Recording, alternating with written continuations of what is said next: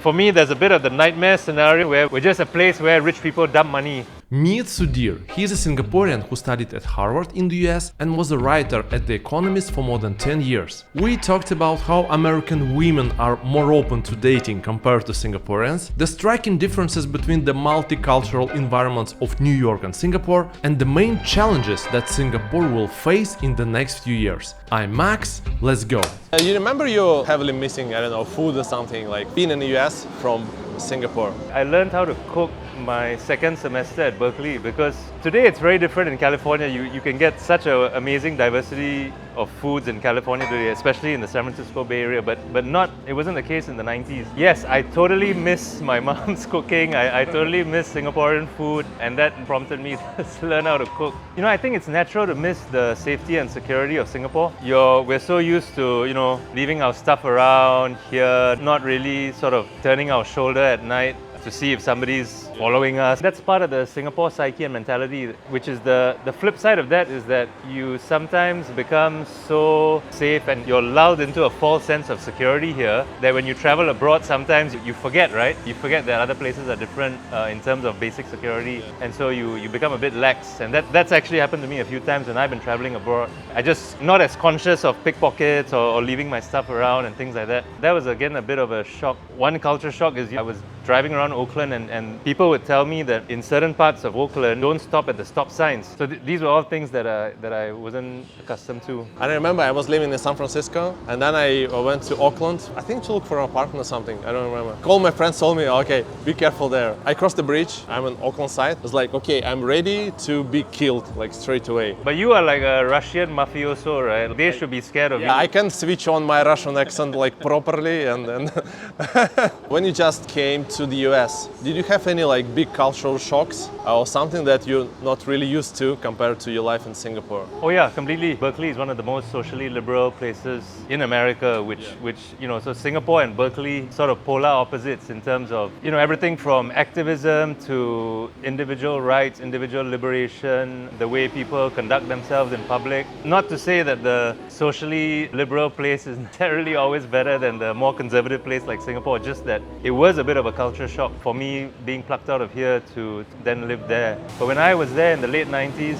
there was still a lot of basic miscomprehension about Singapore. Where did you learn how to speak English? Isn't Singapore in China? How come you look like the way you do? I thought all Singaporeans are Chinese.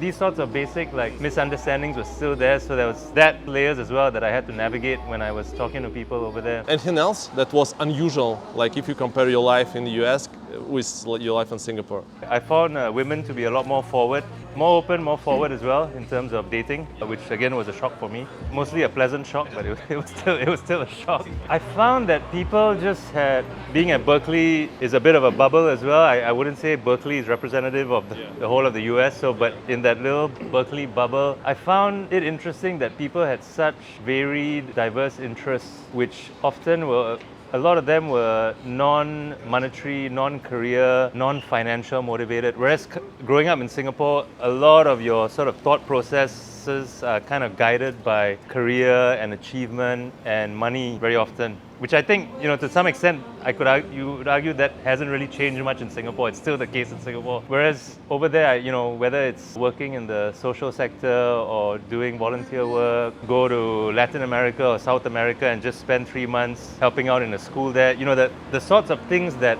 my friends there were thinking about doing in terms of their life were actually very different from the options that I felt we had in Singapore. And there are a whole bunch of reasons for that, but yeah, I think that was another big difference. In the US, there is a thing called American dream. You can become like anyone, you open a business or you succeed in your career, and it's like the sky's the limit. So that's the kind of, at least it was the big idea about the US. Do you agree that it's still there, the big idea about the US? And what's the big idea in Singapore? Singapore certainly, I think to some degree you have that connection as well to America. We try as hard as we can to build a meritocracy. There are flaws in our meritocracy which we're becoming very aware of, but a lot of people do believe that if you strive in Singapore, if you work hard, if you get the right grades, then you can progress along this particular linear path of growth. Speaking about Singapore compared to the US cities, do you think in any way Singapore you can compare it with San Francisco or with Boston?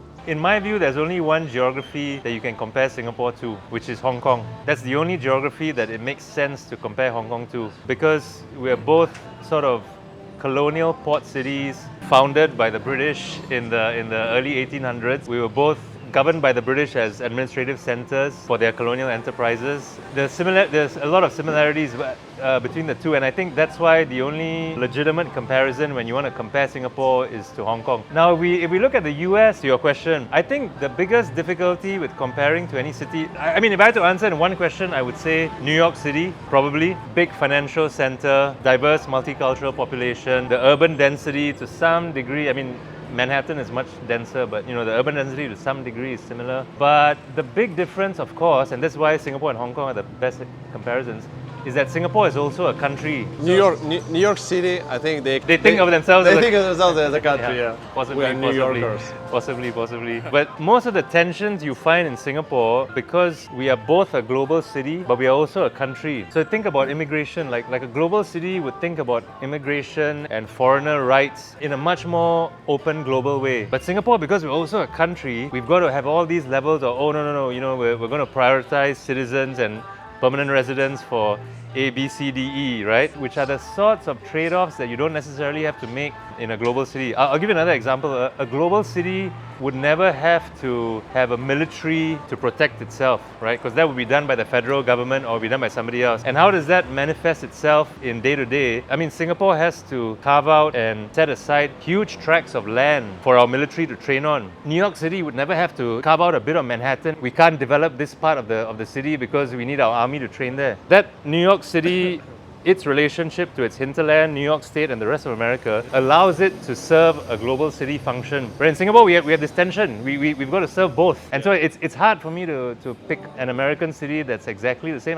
The closest I think would be New York City. Singapore has a very long history of multiculturalism, which goes back to the early 1800s, if not before. So multiculturalism here is not a new thing. If you look at the writings from the early 1800s, you have Arab traders, you have the English, you have Indians, you have all sorts of Chinese, all sorts of people sort of gathering in Singapore, and that intermixing began at a very early stage, which is very evident from our food. You can tell from our food. Our food is a great vehicle to look at the intermixing that's happened here over the centuries. So I think the natural inclination to mix is very similar. It's a small place, dense, both New York City and Singapore. The differences are mostly in the state government management of race, right? And this is again where the tension with being a country comes in, where you have these overarching policies from the government. They were put in place. Some of them were inherited from the British. So for example, the classification of people, we have this classification system called CMIO, Chinese, Malay, Indian, others. And on our identity card, which we have to flash all over the place, our race is there, right? Which is a very strange thing. A lot of countries don't actually require somebody to specify their race on their identification card, but Singapore does. And that's part of the, I guess, top-down, state-ordained way of managing ethnic relations. But that's how we do it here. And that's something that you would never find in a global city like New York, which has a much more fluid way of managing race relations. So here it's very governed in a way by the government, and we should talk about the reasons for it. What are the reasons why the government wants to manage race in this way? The government believes that this is the best way to reduce ethnic tensions between the communities. Singapore encouraged people before to mix with each other or to coexist, not to mix but to coexist, like HDB concept, right? Though in New York City, there are like so many different ethnicities live there. Do you feel like, let's say in New York City as an example, they stay in their own like small circles, their own groups. They live in the closed groups and they don't interact with each other as much as maybe, my guess, they do in Singapore. So yeah, I think just to give some background for your viewers who may not know, but our management of race extends to our public housing estates, right? So our public housing estates, there are fixed quotas for Chinese, Malay, Indian and other people, which means that it's forced integration essentially. And again, the rationale for this is to prevent creation of quote-unquote ethnic ghettos.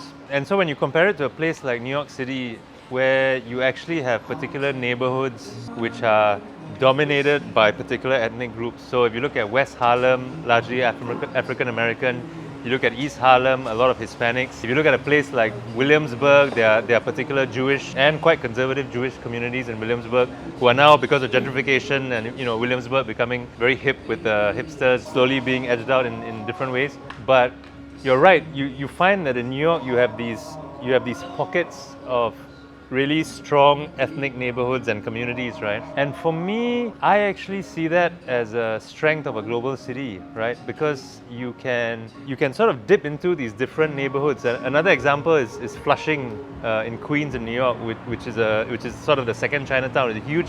You go to Flushing in New York, it feels like you're in the Pearl River Delta. It feels like you're in Guangzhou or something, right, in China. And for me, there's nothing wrong actually. In fact, it's beneficial if Singapore had these little ethnic neighborhoods and communities. I mean, we have them at a very small scale. We have them, you could talk about our Chinatown or our quote-unquote Little India, or maybe parts of Joo Chiat are like Little Vietnam. But I think it would be to Singapore's benefit to actually allow more of the flourishing of more of these ethnic neighborhoods. You have a Peninsula Plaza, which is like Little Myanmar. But I think it's great if I look sort of 10, 20, 30 years into the future. I think it would be great if Singapore had a collection of neighborhoods that represented not just, different parts of Southeast Asia and Asia, but other parts of the world as well. I think that's a wonderful thing. So I don't actually see the government's fear about an ethnic neighborhood becoming a potential social problem. I don't. You don't see it? No, I don't see. Maybe there was a worry, and the origins. Actually, the origins of a lot of things in Singapore are from the 1950s and 60s and 70s, right? Yeah. Which was a very different time. And we're still trying to fully understand the history of that period. I talked to a Peruvian guy and he said, we are like 45 people from Peru in Singapore. So basically you can find anyone in Singapore, like any nationality in Singapore. The thing is, I think most of Peruvians, they will be gone at some point, so they don't stay. Or maybe like 3 or 4 of them to stay. But most of them here for like 2, 4, 6 years of assignment, and then they go back. So, I mean, I don't know if this is where you were kind of going with your comment, but for me, a very important thing that we have to do is, and this again gets to the tension between being a global city and a nation state. Global cities are much more welcoming of people from abroad getting super invested in local issues. And sometimes the local issues can be quite contentious. A global city would allow foreigners to interact, to participate, to get active in these issues, right? You see that happening in New York City, you see that happening in London.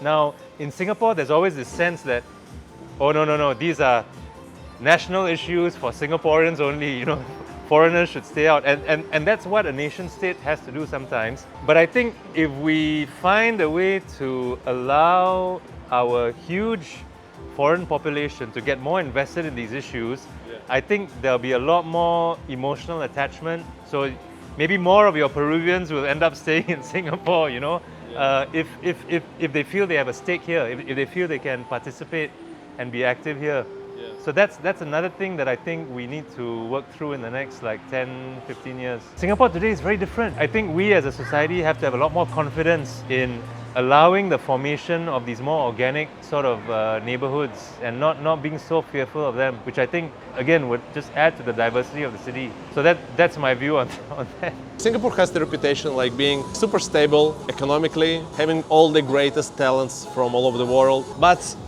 as the world is changing, Singapore has to be flexible as well. I think there is a flexibility of how Singapore treat things. But what do you think the main challenges, let's say for the next 20 years? Geopolitically, the main challenge is balancing China and the US. That's easily the main challenge. Yeah. And I think you could argue it's the main challenge for most of Southeast Asia. Most of Southeast Asia has this problem right now, but it is particularly acute for us, I think, because Singapore is the only Chinese majority country in Southeast Asia. We're one of the few Chinese majority countries in the world. While we're a Chinese majority country, we at the same time, if you look at our cultural influences, if you look at our language, you could argue we're much closer to the US. If you could look at our latching on to, again, the post-World War II US-led capitalist order, right? Which in some ways the whole of East Asia has been a part of. So we're much closer to the US in some ways. But because we're a Chinese majority country, there's always this little bit of tension with Chinese influence in Singapore.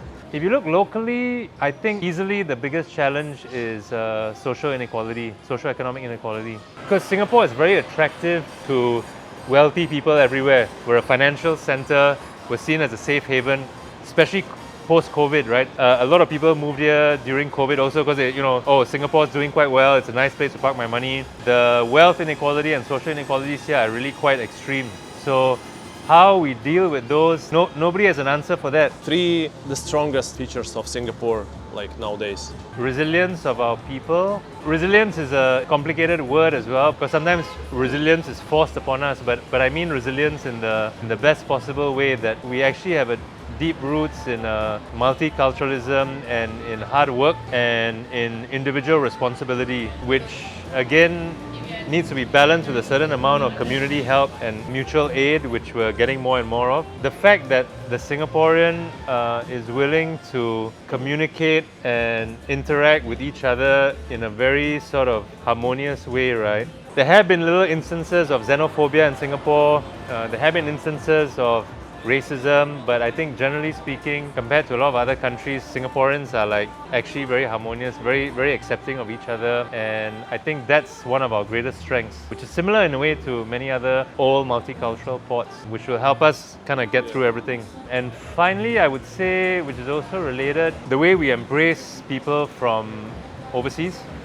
I think we're actually a very welcoming people in many ways. I think the reason you have some of this xenophobia now, a little bit of it, especially towards new migrants from India, is because of a lot of these social tensions that we need to work through, right? It's because of we haven't been given an expansive view of what a global city can be like. It is naturally in Singaporeans' nature to like actually have open arms and embrace others. So I think these few things put together actually will allow us to address these challenges. What do you think the future of Singapore, let's say, in 10 years and 20 years?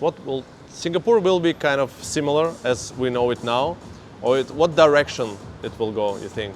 I think there's a possibility that we go the route of like the rich oil states in the Middle East, the Dubais of the world, the Qatars of the world, right? If you look at GDP per capita, we are very rich. We're still very controlled in many ways. We are seen as a safe haven for people from all over the world, but you don't really have a thriving, rich, organic, free-flowing democracy. That's one possibility, which I worry about, I fear, right? The other one is that we can actually become a really thriving metropolis where all citizens feel very invested in the place, where there's a lot of mutual aid, there's a lot of care and compassion for each other, and there's a thriving media sector. Me as a journalist would love to see a thriving media sector, and where people just have a lot more openness and freedom around issues,